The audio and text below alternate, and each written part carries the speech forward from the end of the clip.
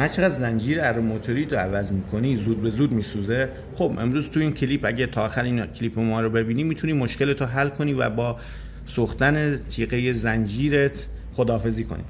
خب موتور رو نگاه میکنیم.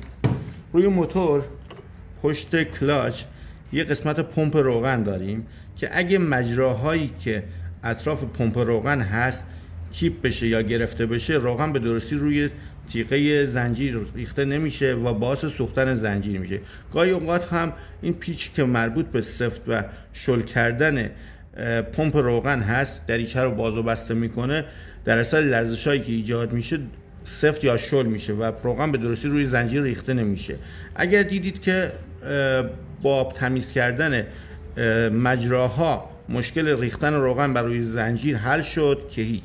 اگر مشکلتون حل نشد با تعویض این قطعه پمپ روغن که در اره‌های مختلف متفاوت هست بر اساس نوع مدل اره موتوریتون پمپ روغن اون رو عوض کنید، مشکلتون حل میشه.